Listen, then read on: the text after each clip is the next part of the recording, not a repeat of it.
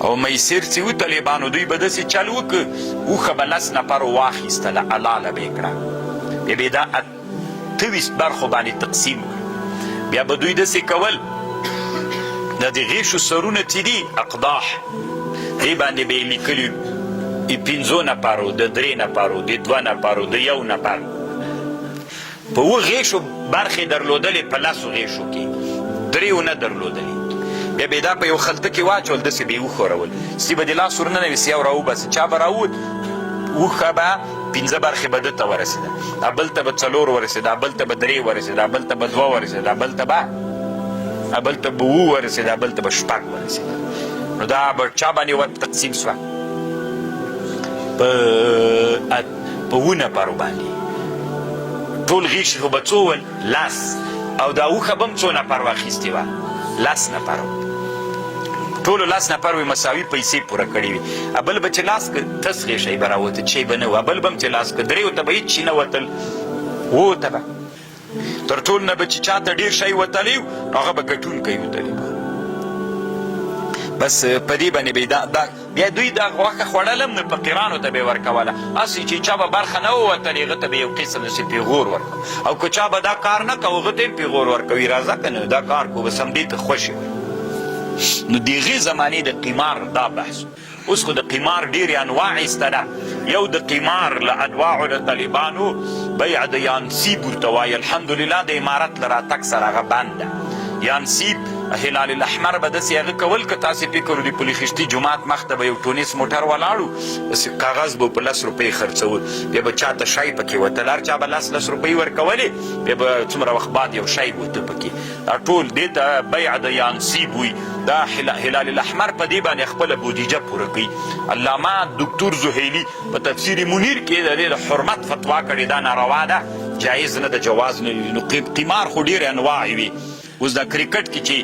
خلک کرکټ کوي یا فوټبال کوي یا ولیبال کوي دا کومې پیسې چې دوی پکې ږدي دا ټیمونه دا طالبانو حرام و ناروا ده یا چې څوک وګټي یا دوی ورته کپ وایي داسې یو شی وي که نه داسې منار غوندې وي دا ټول د طالبانو ورونو سړی څه ووایي الله پاک دې په موږ باندې رحم وکړي طالبانو ورونو اسلام د دې غوښتنه کوي چې د انسانانو هغه ذهن سازي وکړه پس له هغه نه حکم د اسلام ورته وکړه تر اوسه طالبانو ورونو مونږ ما بله ورځ درته ویلي د مدرسې و د چا په مابین کې ربط ورکوي اعلان د اوس طالبانو ورونو دغه کپ له غرب نه راوړل سوی یو فکر دا په پیسو باندې دوی مشترک اخلي یو نفر یې ګټي قمار ده که نه نن علما طالبان مجاهدین چې کومې لوبې کوي هغه هم خپل منځونو کې دا باب پرانیستی ده قمار سو طالبانو ورونو الله عز وجل دې وکړي چې د موږ علما داسې ویښ سي او دا خپل لوبه دې وکړي لوبه خو د اسلام د لوبه مانع نه ده طالبانو چا ویلي چې اسلام کې یوازینۍ لوبه ده اتفاقي د 4 مذاهبو چې حرام او ناروا ده هغه د چکې لوبه ده د هغه مرداره لوبه ده چې طالبان دومره ډېر د مدرسو پې باندې مصروف دي اوس ورځ تر بلې نه لرې کېږي یو ورځ د مجلس کې ناست ومه ما نه چا پوښتنه وکړه مې دا حرامه د اسلام کې یوازینۍ لوبه چې منسوسي حرامه ده هغه چکه ده لډو چکه چې ورته وایي او هغه راته ویلي وایي دغه شیخ صاحب هم کوي که نه قسم دی وایي دا شیخ صاحب یې کوي یو شیخ صاحب ناست شیخ صاحب سره ما څه کار ده کوي خو شیخ صاحب خو علم نه لري دلته باب د تقلید ډېر غالب ده چې هغه ویلې حلاله ده بس ده ته دا خوند ورکوي ما په دې طالبانو او اولینی هغه څوک چې د دې په حرمت په افغانستان کې فتوا کړې ده مګه زه یم اوس طالبانو علما نور هم کرا کرا انشاءالله دې میدان ته رادانګي دا له اسلام نه مخکینۍ لوبه ده طالبانو نرد او شطرنج طالبانو دا د ایرانیانو لوبه ده نرد د هندیانو لوبه ده دا اصل کې 6 رنګ ده دا شطرنج 6 رنګه او دا نرد دا طالبانو د هندیانو لوبه ده دا دواړه مشابه لوبې دي او دا دې